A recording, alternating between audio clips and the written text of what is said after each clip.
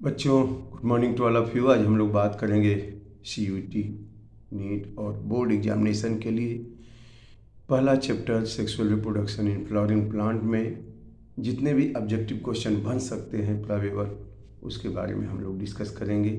निश्चित रूप से इन क्वेश्चन से आपको बहुत सहायता मिलने वाली है, तो ध्यान से सुनेंगे। पहला क्वेश्चन हमारा आपका बनता है sexual reproduction in flowering plant chapter से।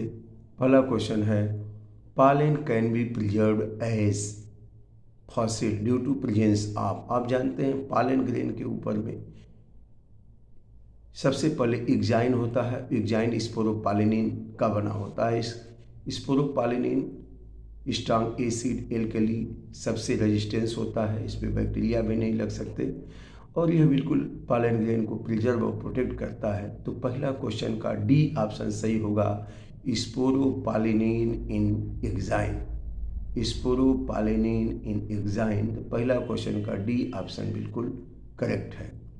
दूसरा क्वेश्चन है, apple is false fruit while mango is true fruit as.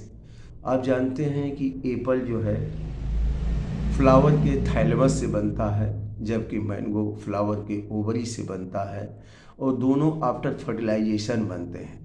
क्योंकि सीड दोनों में है, एप्पल में भी सीड है, मैंगो में भी सीड है, तो फर्टिलाइजेशन ज़रूरी है सीड बनने के लिए। तो यहाँ apple is false fruit thalamus से बनता है, सही है। इसका मतलब जो इसका बी ऑप्शन है, it develop from thalamus after fertilization. तो दूसरा का B option, it develops from thalamus after fertilization, यही इसका करेक्ट आंसर होगा। तो यहाँ पर आप देख सकते हैं कि यह जो है इट डेवलप्स, यह बी ऑप्शन आपका सही है। It develops from thalamus after fertilization, यह सेकेंड ऑप्शन सही है, बी ऑप्शन। तीसरा क्वेश्चन है, तीसरा क्वेश्चन आपका ए होता है यहाँ पे। तीसरा क्वेश्चन है, पालन grain intine is mainly made up of. आप जानते हैं कि पालन ग्रेन में जो है इंटाइन किसका बना है, ये सेलुलोज और पेक्टिन का बना होता है। तो पहला का तीसरा का ए ऑप्शन सही है, सेलुलोज, ये सेलुलोज का बना होता है। तो ऐसे ही हमने बताया था कि पहला क्वेश्चन का हमने क्या बताया था आपको, पहला क्वेश्चन में डी ऑप्शन सही है, स्पोरोपालिनिन यह एग्जाइन होता है, स्पोरोपालिनिन का बना होता है। दूसरा क्वेश्चन में भी हमने बताया था कि एप्पल इज फॉल्स फ्रूट, क्योंकि डेवलप्स फ्रॉम थैलेमस, ये थैलेमस से डेवलप होगा, लेकिन फर्टिलाइजेशन के बाद बनता है, क्योंकि जानते हैं एप्पल में सीड बनता है। तो इस तरह से ये क्वेश्चन के आंसर हुए। और इसके बाद हम लोग चौथे क्वेश्चन पे आते हैं। चौथा क्वेश्चन हमारा इस तरह से है, which statement is correct for wind pollinating flower. तो आप जानते हैं कि जितने भी विंड पॉलिनेटिंग फ्लावर हैं, यहाँ पे ऑप्शन देखते हैं, it's petal is not brightly coloured. जो विंड पॉलिनेटिंग है तो ब्राइट कलर पेटल की ज़रूरत नहीं होती। ब्राइट कलर पेटल किस में होते हैं, वो जो है इंसेक्ट पॉलिनेटिंग फ्लावर में होते हैं। इसका बी ऑप्शन है, these flower have large sticky pollen grain. No, sticky pollen grain तो किसको चाहिए, स्टिकी पॉलन ग्रेन चाहिए इंसेक्ट पॉलिनेशन के लिए, क्योंकि वो चिपक जाते हैं इंसेक्ट से। तो यहाँ पे करेक्ट नहीं है, क्योंकि विंड पॉलिनेशन की बात कर रहा है। These flower have a hairy thick steel and stigma. आप मक्के में देखे होंगे कि इनका स्टिग्मा और स्टील काफ़ी लंबा होता है, हेयरी होता है। In these flower fragrance absent, यहाँ फ्रेग्रेंस भी नहीं है, क्योंकि फ्रेग्रेंस भी चाहिए इंसेक्ट पॉलिनेटिंग के लिए। तो विंड पॉलिनेटिंग फ्लावर में आप निश्चित रूप से आप समझ सकते हैं कि विंड पॉलिनेटिंग फ्लावर में ये पहला सही है, in these flower petal are not brightly coloured. फिर तीसरा सही है, these flower have a hairy sticky style in stigma. और चौथा भी से, in these flower fragrance absent. तो पहला, तीसरा और चौथा, आप देखिए पहला, तीसरा और चौथा कहाँ है, पहला, तीसरा और चौथा बी ऑप्शन में, पहला, तीसरा और चौथा ये बी ऑप्शन में है। तो इनका बी ऑप्शन एकदम करेक्ट आंसर है। ठीक है बच्चों, अब पांचवा क्वेश्चन हम चलते हैं, विच out of the which out of the following statement is correct about perisperm? Perisperm के लिए कौन करेक्ट ऑप्शन है? विच out of the following statement is correct about perisperm? तो आप जानते हैं कि पेरिस्पर्म ए रिमिनेंट का, न्यूसिलस का रिमिनेंट होता है, जैसे ब्लैक पीपर में होता है। यह किस में होता है? ये ब्लैक पीपर में होता है। इसका डी ऑप्शन एकदम करेक्ट है, रिमिनेंट ऑफ न्यूसिलस। यह डी ऑप्शन करेक्ट है, पाँचवा का डी ऑप्शन करेक्ट है। अब हम आते हैं छठे क्वेश्चन में। If endosperm mother cell has 18 chromosome then what will be the number of chromosome in a megaspore mother cell? बच्चों आप जानते हैं कि जो इंडोस्पर्म मदर सेल है या प्राइमरी इंडोस्पर्म न्यूक्लियस है वो 3n होता है। जब वो 3n होता है बेटा, इसका मतलब 3n इक्वल टू 18, तो n इक्वल टू 6, 18, और मेगा स्पोर मदर सेल क्या है? 2n है, तो 6 इंटू 2 माने 12। तो छठवां का ए ऑप्शन आपका हो जाएगा, छठवां का ए ऑप्शन 12 माने megaspore mother cell diploid है, 2n है तो 12 हो गया, और प्राइमरी इंडोस्पर्म न्यूक्लियस 3n है, ट्रिप्लॉयड है तो 18 है, 18, 6 दूनी के 12, और en इक्वल टू 6 है, तो यहाँ पे मेगा स्पोर मदर सेल 12 हो जाएगा, छठवां का ए। सातवां क्वेश्चन का आंसर क्या होने वाला है जरा हम लोग देखते हैं। If a plant is unable to produce normal pollen grain then which layer of in microsporangium is malfunction? आप जानते हैं जब पॉलन ग्रेन बनता है बेटा तो टैपिटम उनको न्यूट्रिशन प्रोवाइड करता है। टैपिटम क्या प्रोवाइड करता है? न्यूट्रिशन। तो पॉलन ग्रेन को डेवलप करने के लिए टैपिटम न्यूट्रिशन प्रोवाइड करता है, माइक्रोस्पोरेंजियम में सबसे अंदर की लेयर है। तो यहाँ पे सातवां का सी ऑप्शन सही है, टैपिटम। अब आठवां क्वेश्चन की हम लोग बात करते हैं। आठवां क्वेश्चन यहाँ पे यह है, आप देख सकते हैं, which of the following is correct for an artificial hybridization? आप जानते हैं कि आर्टिफिशियल हाइब्रिडाइजेशन के लिए अगर बाइसेक्सुअल फ्लावर है तो पहले एंथर को रिमूव करते हैं, इसके बाद उसको बैगिंग कर देते हैं ताकि अननेसेसरी पॉलिनेशन ना हो पाए, कंटामिनेशन फ्री रहे। तो यहाँ पे artificial emasculation is done in unisexual flower, तो इमैस्कुलेशन की ज़रूरत नहीं है, तो गलत है। Bagging is done before emasculation, emasculation के पहले बैगिंग जरूरत है। जब हम इमैस्कुलेट कर देते हैं, एंथर को हटा देते हैं, तब लगाते हैं।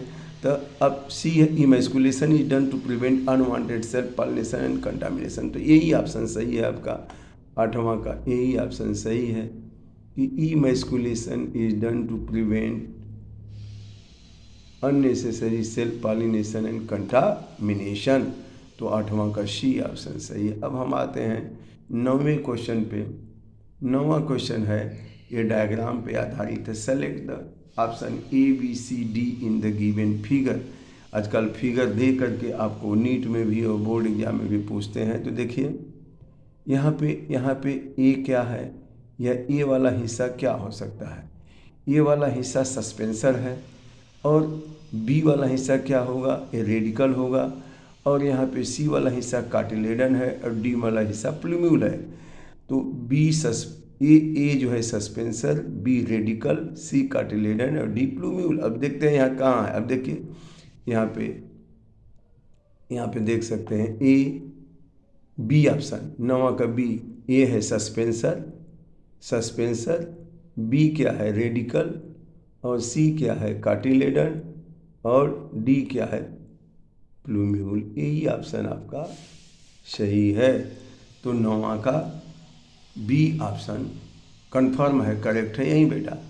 ओके, अब हम 10th क्वेश्चन को देखते हैं। Question number 10, custard seed is different from groundnut seed. Yes, custard seed is endospermic, albuminous है, और ग्राउंडनट सीड नॉन एल्ब्यूमिनस है, एग्ज एल्ब्यूमिनस है। तो यहाँ देखते हैं कि यहाँ एल्ब्यूमिनस और एग्ज एल्ब्यूमिनस लिखा है। देखिए कस्टर्ड सीड इज एल्ब्यूमिनस, तो तीसरे ऑप्शन पे आप आ जाइए। कस्टर्ड सीड इज एल्ब्यूमिनस में देखा, अब यहाँ पे लिखा है castor seed is albuminous, very good, और groundnut seed is x albuminous, groundnut seed is x albuminous। तो यही आपका करेक्ट ऑप्शन है 10वां का सी, castor seed is albuminous, इसमें एंडोस्पर्म होता है और ग्राउंडनट सीड में एंडोस्पर्म नहीं होता है। अब हम 11वां क्वेश्चन नंबर पे चलते हैं। Which of the following is are outbreeding device.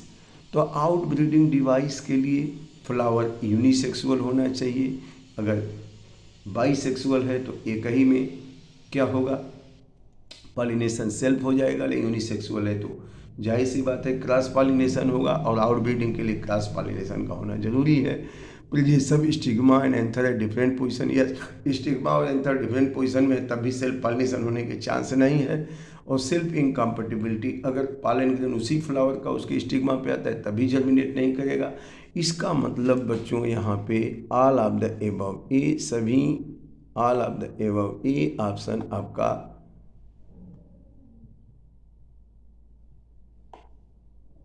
A option आपका कंफर्म है, सही ऑप्शन यही है। अब 12वां क्वेश्चन पे हम लोग चलते हैं। 12वां क्वेश्चन क्या है, in hydrilla and vallisneria pollen are protected from wetting by. आप जानते हैं यह जो हाइड्रिला और वेलिस्नेरिया पानी में सबमर्ज्ड हैं और यहाँ पे जो है हाइड्रोफिली वाटर द्वारा पॉलिनेशन होता है। तो इनके पॉलन ग्रेन पानी में ख़राब ना हो उसके लिए क्या होता है, इनके पॉलन ग्रेन म्यूसिलेज की कवरिंग, उस पर म्यूसिलेज की कवरिंग लग जाती है इनके पॉलन ग्रेन पे, जिससे वो ख़राब होने से बचते हैं। म्यूसिलेज की कवरिंग हो जाती है, इनका ये विशेष करैक्टर है, विशेष लक्षण है। अब इसके बाद अगला क्वेश्चन हम लोग आते हैं बच्चों 13वां question, which of the following is a major cause of pollen allergy.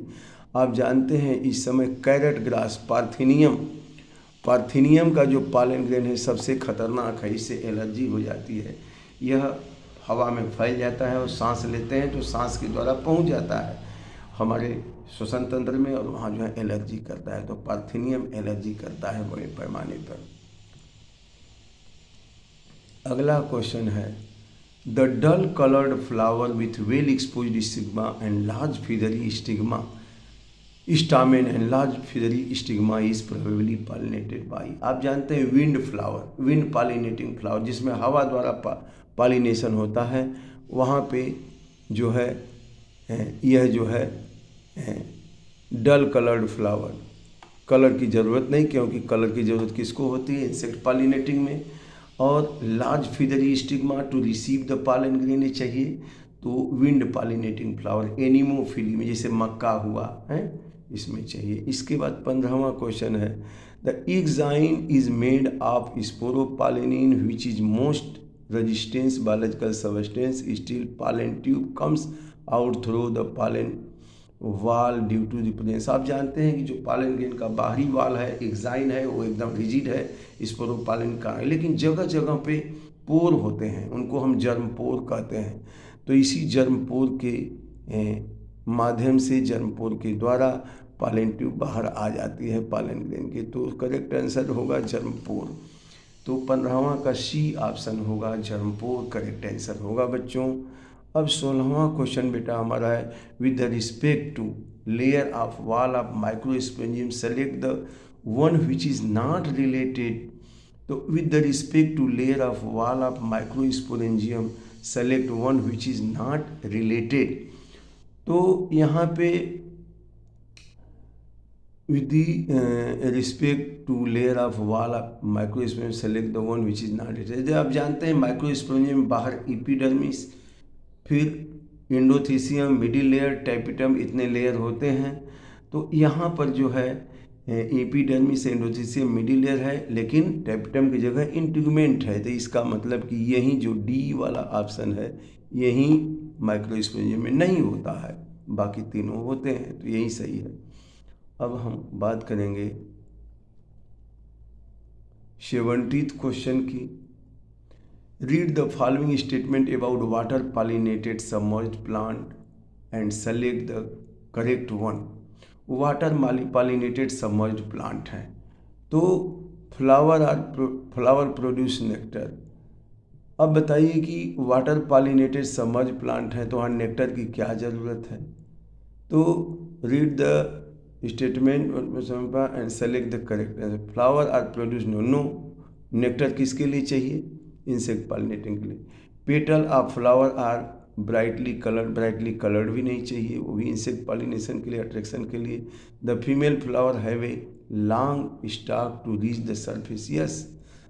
The water pollinated हैं तो इनमें जो है फीमेल फ्लावर जैसे वलिसनेरिया है, उसका फ्लावर का जो स्टाक लॉन्ग होता है ताकि वह फ्लावर को पानी के सतह तक पहुंचा दे, फीमेल फ्लावर को पानी की सतह तक पहुंचा दे, तो उसका स्टाक होता है फीमेल फ्लावर का लॉन्ग होता है।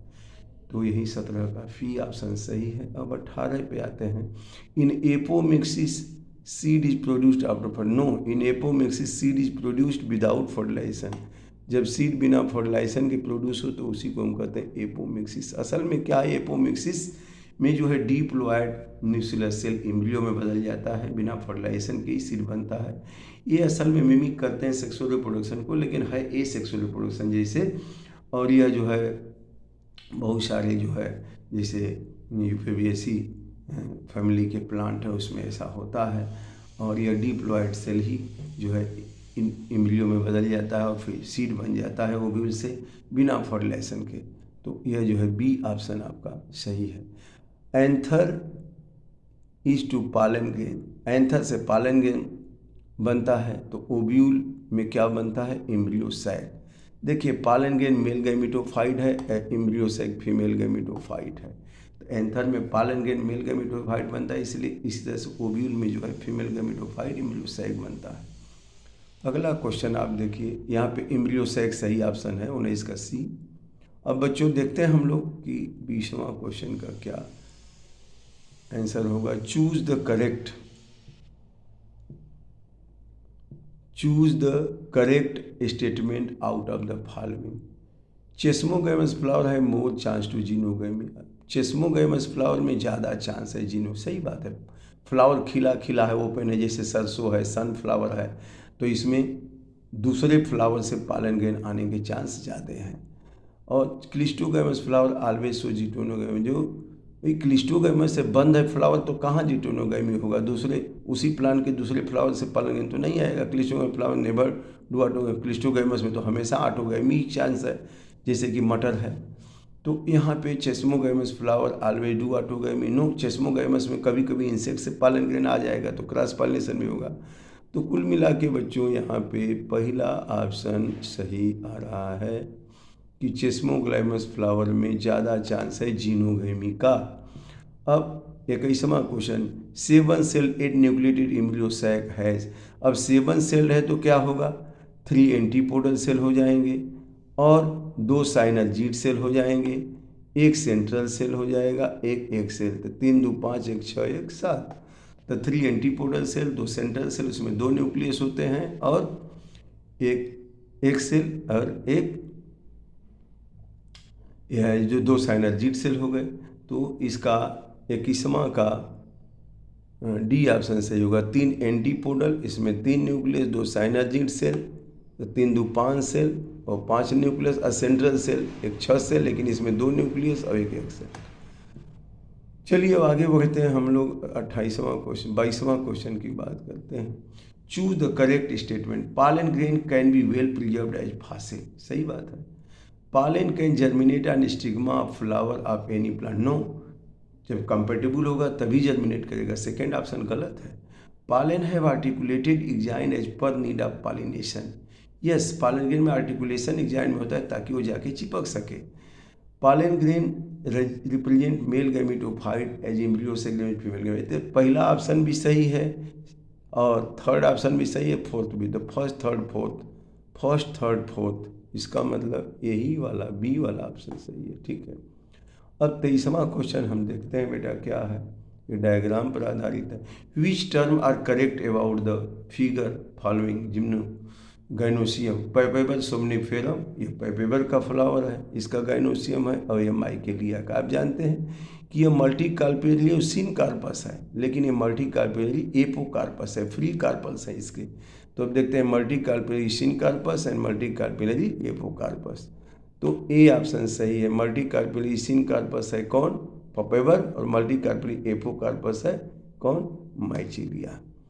अब 24वां क्वेश्चन क्या है जरा देखते हैं हम लोग। Product of triple fusion, triple fusion से प्राइमरी इंडोस्पर्म न्यूक्लियस बनता है और 3n होता है, और सिनगैमी से जाइगोट बनता है, वह जो है 2n होता है। तो अब देखते हैं कि अब यहाँ पे सी ऑप्शन देखिए, PEN, ट्रिपल फ्यूजन से PN बनेगा, प्राइमरी इंडोस्पर्म न्यूक्लियस बनेगा, क्योंकि 2 न्यूक्लियाई से पोलर सेल में होते हैं, सेंट्रल सेल में, और एक मेल गैमीट 3, तो ट्रिपल फ्यूजन हो गया। अब सिनगैमी मेल गैमीट एक सेल से मिलेगा सिनगैमी, तो यही ऑप्शन सही है आपका 24 का सी। अब which cell of the embryo sac help the pollen tube to enter the embryo sac. Pollen tube is formed during pollen grain germination and stigma and passes through steel, then enters into ovary. So degenerated synergid, when it enters through micropyle, the one synergid cell degenerates, and degenerated synergid cell attract the pollen tube to enter into embryo sac. इसके बाद which out of the following are albuminous seed and non albuminous seed. तो यहाँ से ground नट seed जो है आप देख सकते हैं, castor seed is an albuminous and P is non albuminous. Castor seed में इंडोस्पर्म होता है और पी में इंडोस्पर्म नहीं होता है। तो castor seed is albuminous, castor seed क्या है, एल्ब्यूमिनस है, castor seed is albuminous and P seed is non albuminous. तो यह जो है सी ऑप्शन, क्योंकि कैस्टर सीड में इंडोस्पर्म होता है तो ये एल्ब्यूमिनस हो गया, और ग्राउंडनट सीड में इंडोस्पर्म नहीं होता है तो ये क्या हो गया, कैस्टर सीड में इंडोस्पर्म होता है तो ये एल्ब्यूमिनस हो गया, और पी में और ग्राउंडनट सीड में नहीं होता है, तो यहाँ पी दिया है तो पी में भी नहीं होता है इंडोस्पर्म, तो यह नॉन एल्ब्यूमिनस हो गया। तो 26 का सी ऑप्शन सही होगा आपका। 26 के बाद 27वां क्वेश्चन क्या है देख सकते हैं, milky water of the tender. ये तो आपका क्लियर ही हो गया ना कि कैस्टर सीड और पी सीड। अब तो आपको मालूम हो गया होगा कि यहाँ पे कितने क्वेश्चन हैं, इंपॉर्टेंट हैं, और कैसे कैसे आ सकते हैं। Milky water of tender coconut is, आप जानते हैं बच्चों कोकोनट में 2 तरह के इंडोस्पर्म होता है, एक सॉलिड होता है गिरी जिसको आप खाते हैं वो सेलुलर इंडोस्पर्म होता है, लेकिन जो लिक्विड होता है वो फ्री न्यूक्लियर इंडोस्पर्म होता है। फ्री न्यूक्लियर का मतलब इसमें केवल न्यूक्लियस डिवाइड होता है, बार बार सेल डिवाइड नहीं होता। तो फ्री न्यूक्लियर इंडोस्पर्म इसको मिल्क कहते हैं, कोकोनट मिल्क कहते हैं, यह जो फ्री न्यूक्लियर इंडोस्पर्म है। 28वां क्वेश्चन क्या है, microsporangium is generally surrounded by 4 wall. Yes, choose the correct sequence. तो 4 वॉल क्या है, 4 वॉल में इपिडर्मिस है, एंडोथीसियम है, मिडिल लेयर है, टैपिटम है, यही आपका करेक्ट ऑप्शन है। कौन, इपिडर्मिस बाहर, फिर एंडोथीसियम, फिर मिडिल लेयर, फिर टैपिटम, यही सही है, ठीक है ना। अब polygonum type of endosperm is found. Polygonum type of embryo sac क्या कहते हैं, पॉलीगोनम टाइप ऑफ एम्ब्रियोसैक, इसमें 8 न्यूक्लिएटेड होता है लेकिन 7 सेल्ड होता है। एम्ब्रियोसैक 8 न्यूक्लिएटेड होता है, क्यों, क्योंकि 3 सेल जो एंटीपोडल सेल है उसमें 3 न्यूक्लियस, और 2 पोलर सेल जो 1 होता है, न्यूक्लियस 2 होता है, तो 3 2 5 न्यूक्लियस, और एक सेल में और 2 साइनर्जिड सेल में, तो 8 न्यूक्लिएटेड इन सेल 7 ही होगा। तो 29 का बी। अब एक क्वेश्चन और बनता है, विच of the following is not a water pollinated. इसमें कौन वाटर पॉलिनेटेड, देखिए हाइड्रिला पानी में डूबा है सब। अब इसमें जो वाटर पॉलिनेटेड प्लांट कौन कौन है, हाइड्रिला है जो पानी में डूबा, वेलिस्नेरिया भी, जोस्टिरा भी पानी में डूबे, तो तीनों में वाटर पॉलिनेशन होता है, हाइड्रोफिली होता है। लेकिन लोटस पानी में रहते हुए भी इसका फ्लावर आप देखेंगे तो एकदम सतह पे ऊपर खिला हुआ होता है, और उसमें कुछ मधुमक्खियाँ बटरफ्लाई जाके बैठते हैं, तो इसमें इंसेक्ट पॉलिनेशन होता है। लोटस भले पानी में रहता है लेकिन फ्लावर इसका पानी के ऊपर होता है और उसमें इंसेक्ट पॉलिनेशन होता है। बाकी हाइड्रिला, वेलिस्नेरिया, जोस्टिरा पानी में रहते हैं अंदर, इसमें वाटर पॉलिनेशन होता है। तो आपका करेक्ट आंसर यहाँ पे होगा डी, द लोटस। तो थैंक यू वेरी मच बच्चों, आपने समझ लिया है सारा क्वेश्चन, इसको पढ़ डालिए, समझ डालिए, और निश्चित रूप से ये क्वेश्चन आपको नीट में भी, सीयूईटी में भी और बोर्ड एग्जाम में आएंगे। Thank you. सब्सक्राइब करिए और खूब पढ़ते रहिए अच्छा से। जहाँ डाउट हो पूछिए, कमेंट करिए और बताइए कैसा है लेक्चर वीडियो। थैंक